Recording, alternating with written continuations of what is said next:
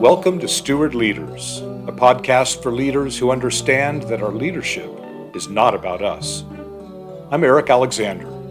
In these conversations, we explore what it means to lead as stewards, living our leadership for something bigger than ourselves. Listeners, thanks for joining us today, and hello to you as well, Barry Rowan. I'm so grateful you've made time for a Steward Leaders conversation. Thanks so much, Eric. It's my joy to be with you and your listeners here today. I really appreciate you being here, listeners. You are going to enjoy this. Barry's got a fascinating background. He has a book I want to tell you about. In fact, that's how I've discovered him, so I'll tell you a little bit about that. Here's some excerpts from his bio, and then I'll let him expand on anything he'd like to. He's got a Harvard Business School background. He's been in the C-suite, both in the CEO seat and in the CFO seat, for tech and communication companies, some international involvement there. I forget exactly which ones where. Building, transforming businesses, and how I found him is when a common friend, Catherine Leary-Alsdorf, co-author of Every Good Endeavor, when she and I got acquainted, she said, "Hey, I've got somebody, you need to read his book." The book is The Spiritual Art of Business by Barry Rowan. The book has been special. I got it, last year sometime, promptly read it, and have reread it. And I haven't told him this yet, but my intention is, given how powerful it's been and the way he has it set up, I'm planning to use that as an annual reread as part of my morning devotionals. So, Barry, anything you want to add to your background? Well, I would just say thank you. It always warms my heart to know how impactful the book has been for people. And I get so many people saying that to me, and it just is such a gift to me to know that it's been helpful to you. So thank you for Okay. doing that. And Before we started the recording, he was asking me, talking to the listeners here about you, Barry, that you were asking me how the book spoke to me. And I think I described it something like this. Catherine and Tim Keller, in their book, Every Good Endeavor, talk propositionally about powerful truths about how our work connects with God's work, we as Christ followers.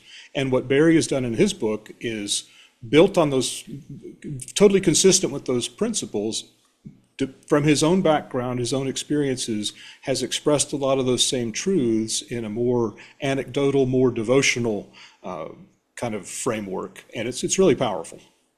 oh, thank you. Yeah, it was. I really don't think about it as a book, to be honest, Eric. The way I think about it is it's an invitation into a conversation with God. And for those of you who haven't picked it up yet, it's 40 short chapters that are meant to be read as devotionals with some reflection questions in the end. And it includes a scripture foundation and kind of goes through my foibles. And I try to be very vulnerable in that because I think we see our stories and the stories of others. And so I'm open about sharing my story with the hope that it would draw you into your stories and see your story as a part of God's unfolding story. So that's really the goal and the hope, is that it gives you a window into the work that God is doing in you and in us through our work, because I think God uses our work to do some of his most important work in us. He does. And he uses us to help accomplish work on behalf of others. But I agree. How he uses our work also does a work in us. And that relates to one of the quotes I want to bring up here in a minute. Also, before we started the recording, it's interesting you bring up the story, because you talked about one of the things we steward is our stories, and you're definitely doing that in the book. And Yeah, I it think it's does an feel very vulnerable, and you do talk about some foibles. yeah, yeah. Well, I share the biggest failure of my life, which we may or may not get into, and because I think we don't talk enough about failure, and I think it's failure by the world's standards is common to all of us. And what I've found is that God is with us always, and He gives purpose to the pain. So it's important for us to embrace the pain, and that as we do that, He will accomplish His work in us. And so yeah, we that's a big part of what this is about. I think, is to be able to enter into the authenticity of our lives and to share the truth of our lives. And as Apostle Paul says, we are a living sacrifice meant to be poured out for the benefit of others. So Mm-hmm. being a living sacrifice, I think, means in part stewarding our stories. I love that. And listeners, if you do turn into readers and get the book, you'll find that Barry was very transparent here and very relatable. So those stories are definitely powerful part of it. I want to go sideways just for a minute here. One of the reasons I wanted to connect with Barry over this is not just because I appreciated the book, but also I've got a book coming out in July about stewardship leadership for finance people. And he is one of the resources I quote along the way. So I haven't told you which quote I pull. Let me just read it here, get everybody a flavor of what Barry had to say. All right, this is towards the end of the book. A major source of the sustaining joy I've experienced in my career is knowing I am stewarding the assets of and for the creator of the universe for the benefit of his creation. I think that's a pretty cool calling. Love that. You want to comment on that? I think it is a pretty cool calling. I mean, what a gift it is that the creator of the universe would invite us to be co-creators with him. And that's what we're doing. Is I know you believe this and talk a lot about this on your podcast and believe in your bones the value of stewardship, but that we really, really get the idea that nothing is ours, that it all belongs to God, that it's all a gift. It changes our perspective dramatically.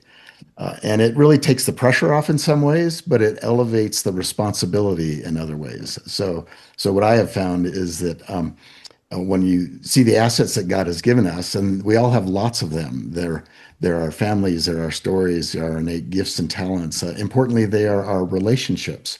And that's another, I think, a part of our stewardship responsibility that's so important, that as God gives us these things, that they and all of us are really meant for the benefit of others. And Jesus, of course, is our model there, that he came not to be served but to serve, even though he was the creator of the universe. And so it's a model, I think, that we can live into, and as we do, it brings us joy because we're living in accordance with the divine design. We're living in the way that God designed us to live, to be instruments of his will.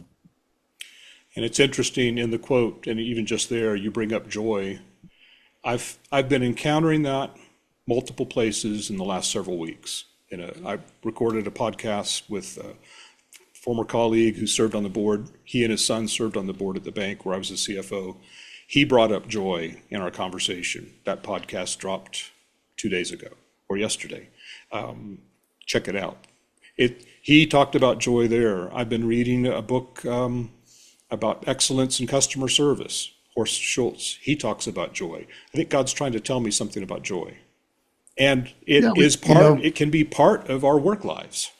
Yeah, and that's why Jesus came, that my joy might be in you so that your joy would be complete. It's the joy of Jesus. It is literally, it's the joy of the living God that is living in us that is the source of the joy. And I think for me, honestly, joy didn't come naturally, really. And joy really flows out of gratitude. And for me, gratitude didn't come as naturally. I was, and still am, I set very high standards. I was very achievement oriented. I was focused much more on what was left to be done than what had been done. So as a result of that, I found myself spending less time just being grateful. And as I've gotten older and as I've come farther on this journey, I've become grateful.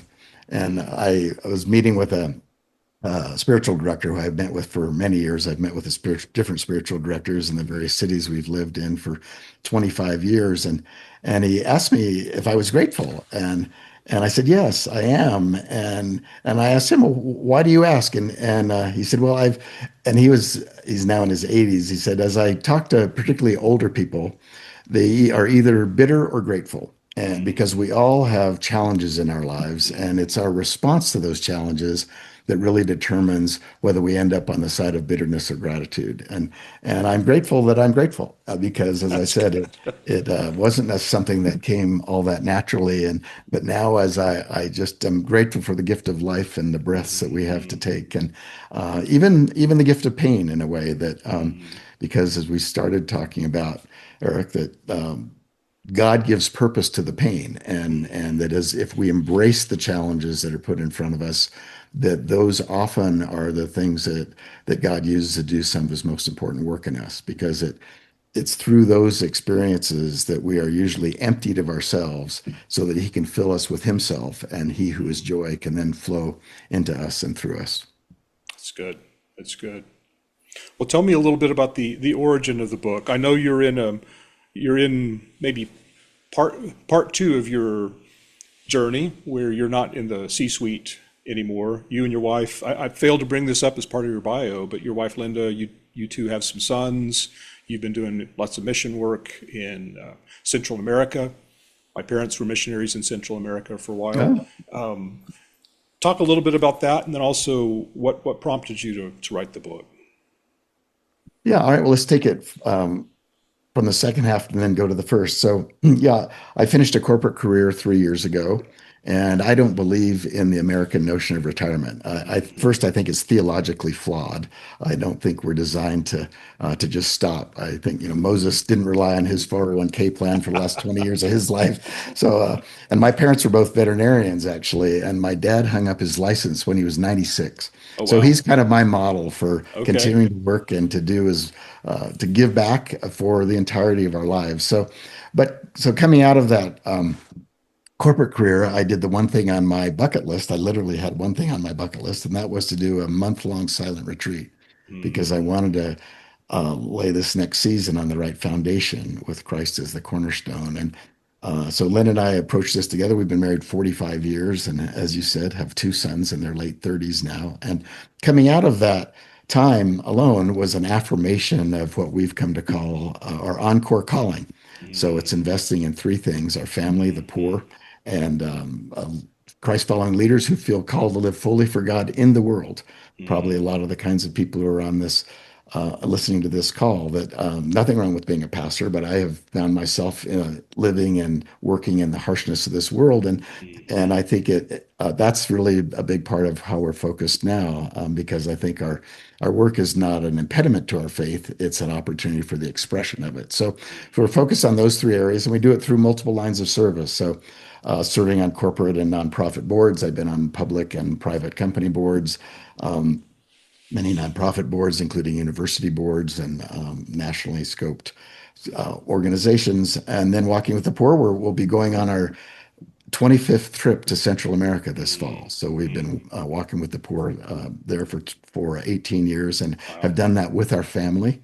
And it's Mhm, really changed the trajectory of our family's life. So it's serving on boards, walking with the poor, writing, speaking, teaching, and then what I call holistic accompaniment, coming mm. alongside people in their leadership journeys, where you can talk about the 91% of the iceberg that's that talk Right. about the professional life, family life, personal life. And it's just been it's growing into the most life-giving season of our lives. Wow. So I'm energized and grateful. That's good. I can hear the energy in your voice and see it on your countenance. Uh, Yeah. it, So to answer the first part of your question about the okay. book, yeah, I actually came to a surrendered faith out of a crisis of meaning and work that Mm, came roaring to the surface in my late 20s. And I just found myself sick and tired of living a divided life, kind of walking down the path haltingly and wondering if I was on the right path or not. And so what presented itself as a crisis of meaning and work, and raising questions about why am I alive and by what measure will I judge success of my life. God, in his infinite wisdom, had to answer the question of purpose in life in order to provide a context for understanding meaning and work. So out of that, I read 16 books in 8 months. I stopped going to church because I thought it was hypocritical to worship a God I was no longer sure existed. But at the end of that, I concluded, as the lawyers would say, based on the preponderance of the evidence, that it is more likely than not that God exists. And so I put all the chips on that square and said, I will bet my life on the fact that that decision is correct. And sounds like Blaise the Pascal. yeah, the Okay. wager, right? And but it wasn't, by the way, a 95-5 thing for you. It was more like 80-20. It's like, yeah, I think this is true at the time, but I'm going to bet my entire life on the fact that it is. And then it was who you're going to live your life for, God or Mm, yourself. And so it answered the question of purpose in life, but it did not answer the question of meaning in work.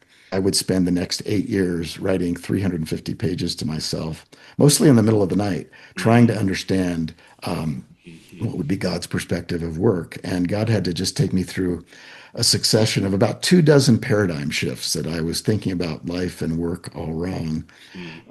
But out of that came this clarity that has animated and energized my work life for 30 years as I really grew into this transformed perspective of work. And so I've spoken about this topic for decades, hundreds, if not thousands of times all over the world. And almost every time people would say, "Would you write this down? We would like to just think more about this, reflect on it more." And so when people say, "How long did it take you to write the book?" Very truthfully, I can say about 30 About 30 years. years. That's right.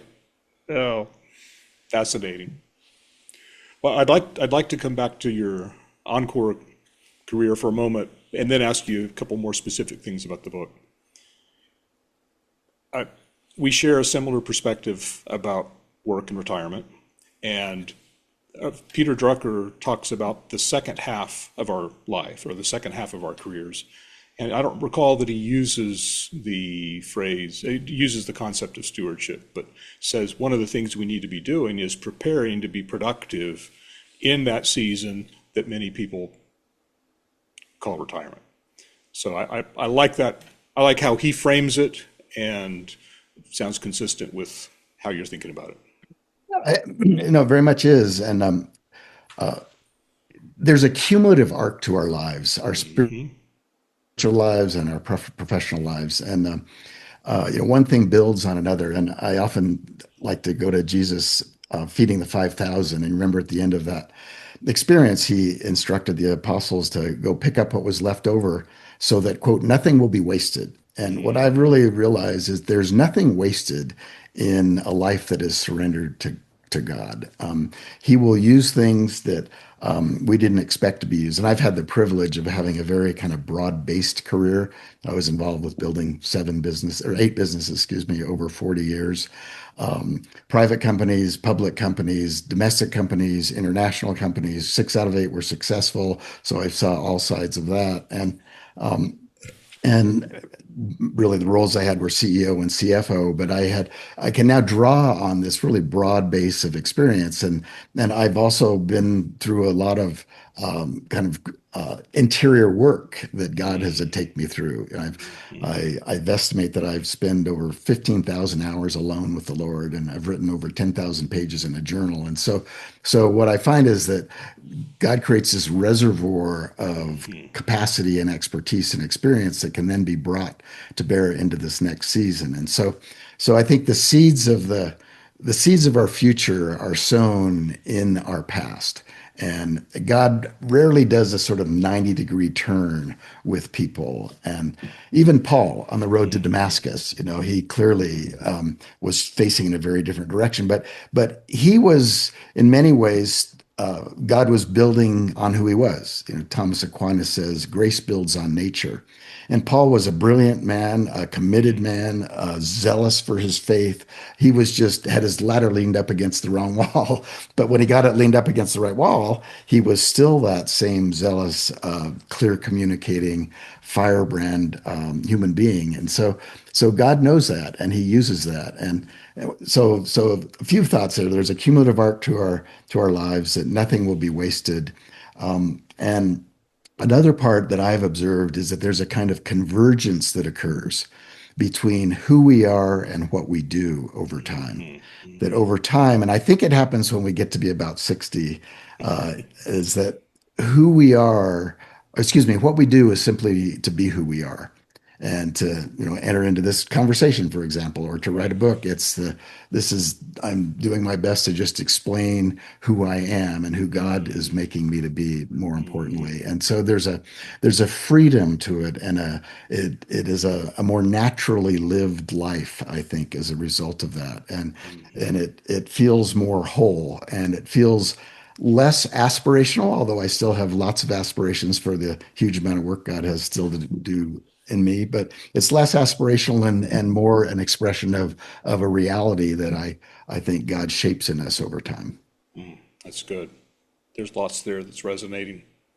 Could I do this? Could you give an overview of some of the key themes in the book? And then I have 3 or 4 passages I want to pull out for you to respond to directly. Yeah, I think the overarching theme or paradigm of the book really is one that I found myself going through, and that as I've talked to other people, it's one that most of us go through, and that is that the the journey to a fulfilling life, in my experience, leaves from only one station. The train leaves from only one station, and that is the station called surrender. So that as we surrender our lives to Christ, God will transform us, and he makes us into new creations. And then he invites this new creation to go into the world. And and he will transform the world through us. And very importantly, it is not we who are transforming the world; it is God transforming the world through us. So for me, the kind of the progression of the spiritual journey is what John the Baptist said: is that we might become less and he might become more. So we are literally emptied of ourselves and filled with the living God, and that it is that God in us that is leading organizations and going to the dry cleaners to pick up the laundry and Changing the diapers, taking out yeah, the yeah, trash. and as Paul said, it's no longer I who live, but Christ who lives in me. And when you really begin to get a hold of that, that is the work of God, is to transform us into His likeness. And it's a lifelong process, and it often involves pain as we come face to face with the realities of who we are and the parts of us that we wish we weren't. But it's a process that leads us into this fullness of life and this life of joy and gratitude. And ultimately, we are transformed by love into love for the world that God loves so very much himself. So when I connect how you just described that with what you were talking about earlier with us becoming and what who he's fashioning us to be, when the emptying, the conforming to Christ likeness is not making us a bunch of homogeneous vessels. We still retain the characteristics he gives us as individuals, our individual mix of giftings and passions. Peter and Paul had they were different vessels with different ministries in a compatible, overarching mission. So it's not like you're emptied down to the spot where you and I are interchangeable. We both serve in different, compatible, collaborative ways. Yeah, absolutely. You only have to, I spend a lot of time in nature. So I live in Steamboat Springs, Colorado. We live at 7,200 feet, and it's a beautiful place for any of you who have been here to Colorado. And you only have to walk into nature to see that God loves variety. There Yes. are all kinds of different flowers and a whole range of trees. So yes, I think the paradox of this is that we are empty, as we're emptied of ourselves and filled with the living God, that we grow into the fullness of the people that we were designed to become. And we're all products of our own DNA and our own experience and background. And the we do a lot of work, as I mentioned, in Central America, and the Latins have this wonderful phrase that they say, "We make the road by walking on it." And I think that's very true, that as we walk through this life, it's not we who are making us the road, but we're following the road that God has laid out for us. But as we follow the path that's laid out for us, we grow into the people that he has in mind for us to become. And we're all very distinctive. And C.S. Lewis, to your point, Eric, has a really interesting perspective of that. He said, and I won't get the quote quite right, I'll paraphrase it, but he said, the tyrants are all the same in the Yes. world. That they're all basically megalomaniac. It's about power. It's really stems from the self. But the saints are radically and wildly and beautifully different. And it is really true that the enemy would conform us into himself, who is about power and selfishness, and God would transform us into selflessness. And in that selflessness, he can be expressed through us in ways that are beautiful and distinct for every one of us. His his attributes and glory and splendor are so multifaceted. In a sense, it requires lots and lots of diversity in his creation and his creations of people to demonstrate and live out aspects of that. Yeah, I think it's so beautiful that we are the body of Christ, both Right. individually and collectively, right? And so we are this mosaic that is a composition of God's nature, and we are finite little ants, so we can only express a very small portion of who He is, the infinite God. But taken collectively, it's beautiful, to see that we come closer to at least expressing a bigger part of His divinity. That's good. So I just want to alert the listeners, we're planning to do two episodes. We'll talk about a few specific quotes in the book here, and then we'll come back and do a separate episode where we focus more specifically on stewardship in the book. But now I'd like to pull out a couple of quotes to let you respond to quickly. So here we go. This one's out of the chapter on traveling companions, and it's about relationships. It's interesting to me in a business book, with talking with a person with C-suite experience and CFO background, that we even care about people. But let me carry on. Let me read the quote. What if, instead of viewing our relationships as a means of making it through the challenging circumstances of our lives, we saw our circumstances as a means of deepening the relationships in our lives? And then on the next page you say, relationships are the fountainhead of our joy. And there we are, back to that word again. Talk to me a little bit about that. Yeah, we are made for relationships. We are made in the image of God, and God is in relationship with the three members of the Trinity. So it's literally in our nature. And I think we often, or the world would have us view relationships instrumentally. What can I get out of this relationship? What will this relationship do to advance my own purposes? And God, I think, thinks about it exactly the opposite. That we are made for relationships, and really the end state of the pinnacle of our being is relationship, that ultimately comes into union with Him. I mean, that is the end state of our faith, is as we're emptied of ourselves and filled with Him, that we come into union with Him, so that we will become one as He and the Father are one. And so I think we, as is so often the case as members of the world, have it exactly backwards. And so why are relationships a source of joy? It's because that's what we're designed for.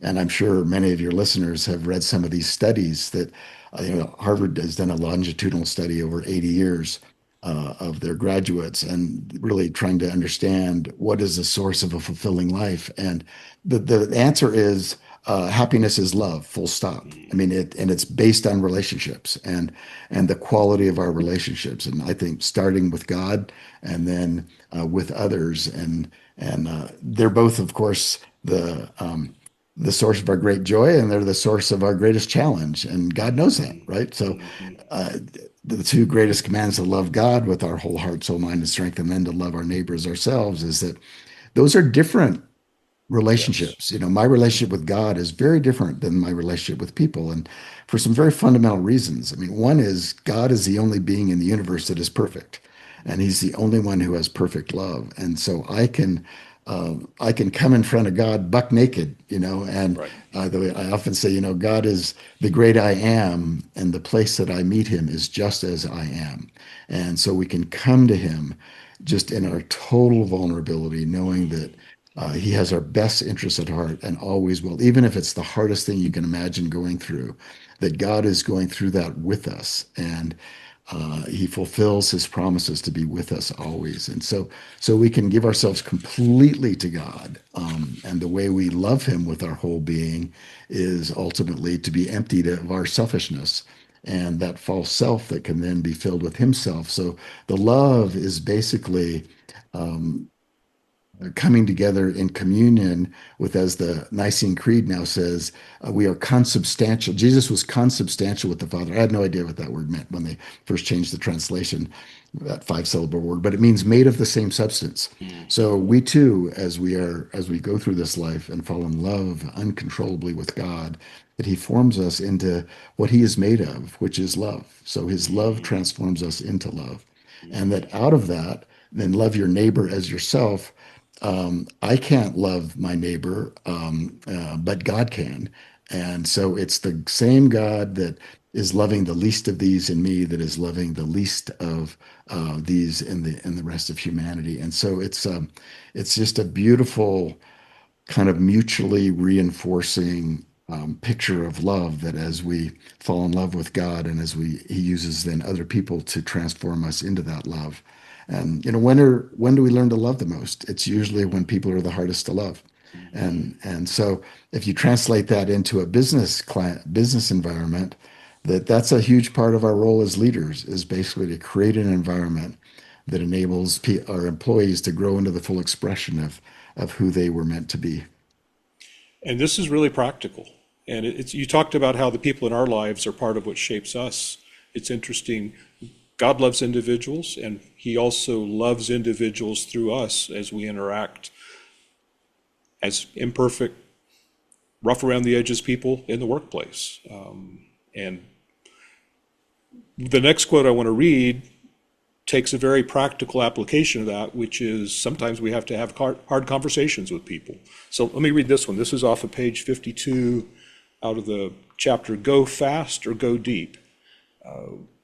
There was a situation where you were having a conversation with somebody and it was painful, and you wrote, I learned, by staying in the tension, I learned two things. First, I learned to be more direct. I experienced firsthand the importance of not sugarcoating comments out of a deference for a relationship. This superficial, distorted understanding of kindness prevents the painful conversation often required to expose and deal with underlying issues. And I learned forgiveness, real, practical, gut-wrenching forgiveness. How hard it is for the wounded to forgive the wounder. It would require putting to death my desire for retaliation or withdrawal.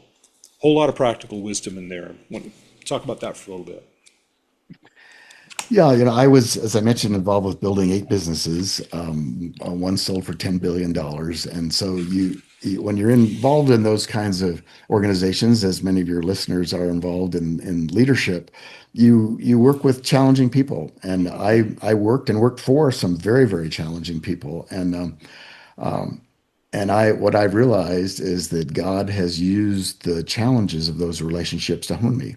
And one of the things, for example, that I realized that took me a long time to realize, actually decades to realize, is that I had given difficult people power over me that is not from above. And so I've worked for people who wrote, for example, zinger emails, or who were incredible micromanagers, and people get cut to the quick by that, and as I had been too at some times, and I was as I was reflecting on these things for a long, long time, God showed me I've given them power over me that is not from above, which is what Jesus said to Pontius Pilate. You would have no power over me were it not from above. And I was letting them into the places that only God belongs. And so that's a very fundamental, deeply rooted conclusion that makes the truth of the Scripture come alive. Jesus was the Word made flesh, and I often say, sort of tongue in cheek, that we are the flesh being made Word. We start as flesh, and God's Word, like the yeast, it works its way all the way through the dough. And so the Scriptures, like I am a fortified tower, and the righteous run to me and are saved. That God literally is a fortified tower, and that you are a rock, our fortress, and our redeemer. And those who dwell in the shelter of the Most High will find their refuge. And so those things are literally true, but it's one thing to kind of understand them intellectually, and it's another thing to actually live them. I feel your protection because the arrows of the enemy are bouncing off the outside of the tower that you are, as I live literally in you. And it radically changes the way that we go about living in the harshness of this world, that we ultimately become impervious to things that used to bother us. So it's part of the journey to joy is to realize that we can live in this place of refuge while still fully engaging in the world. I mean, one of the ways I kind of think about this is, do you know what Gore-Tex is? That's used in rain jackets. Yes. Yeah, we developed this kind of spiritual Gore-Tex, where the way Gore-Tex works. I have a chemistry degree, sorry, but the way Gore-Tex works, is that the raindrops can't get through because they're too big, but the moisture can. So the moisture escapes from us, so it breathes. Well, we have the spiritual Gore-Tex that allows love to go through both ways. So we can receive the love of others, and the love we have for others can pour out, but it blocks sin. So it protects us from the sin of others entering in and coming into me, and it blocks the sin in me from infecting others. So I think if we can live with this spiritual Gore-Tex, it's a part of the key to finding joy. Not taking offense, not responding, you talked about retaliation or withdrawing, but not responding in kind, but extending grace, assuming in positive intent. There's Yeah, and it's lots of practical application there. one of the hardest things to do is to love, as the quote says, is for the wounded to love the wounder. And it's particularly hard to do it while you're still being wounded. Yes. That's why Jesus' words from the cross are such a demonstration of his character. When he says, Father, forgive them for they don't know what they are doing. It was while he was on the cross, in the midst of the suffering, not afterwards. And that is just a testimony to his divine character. Wow. And that's the same character that we're called into. Okay. Well, I want to start to put a bow on this one. Anything you want to say, Barry, before we pause and take a break to kick off another episode? I think the only thing I would really say, Eric, is that our spiritual lives have real implications in our physical lives. Who we are on the inside shows up in very significant ways on the outside. And that having this understanding and, more importantly, this relationship with God changes who we are and who we will be and who we are becoming. And it'll be of benefit to us and benefit to the world. That's good. Well, there's lots here for all of us as steward leaders to be thinking about. Barry, thanks again so much for taking time for today's conversation. It's been a joy. I guess that's been the theme for our first half. So there you go. It has indeed. It's been a joy. Thanks for listening to Steward Leaders. If this conversation was helpful, you can find more episodes and additional resources at stewardleaderspodcast.com. Leadership is temporary. Stewardship is about forever.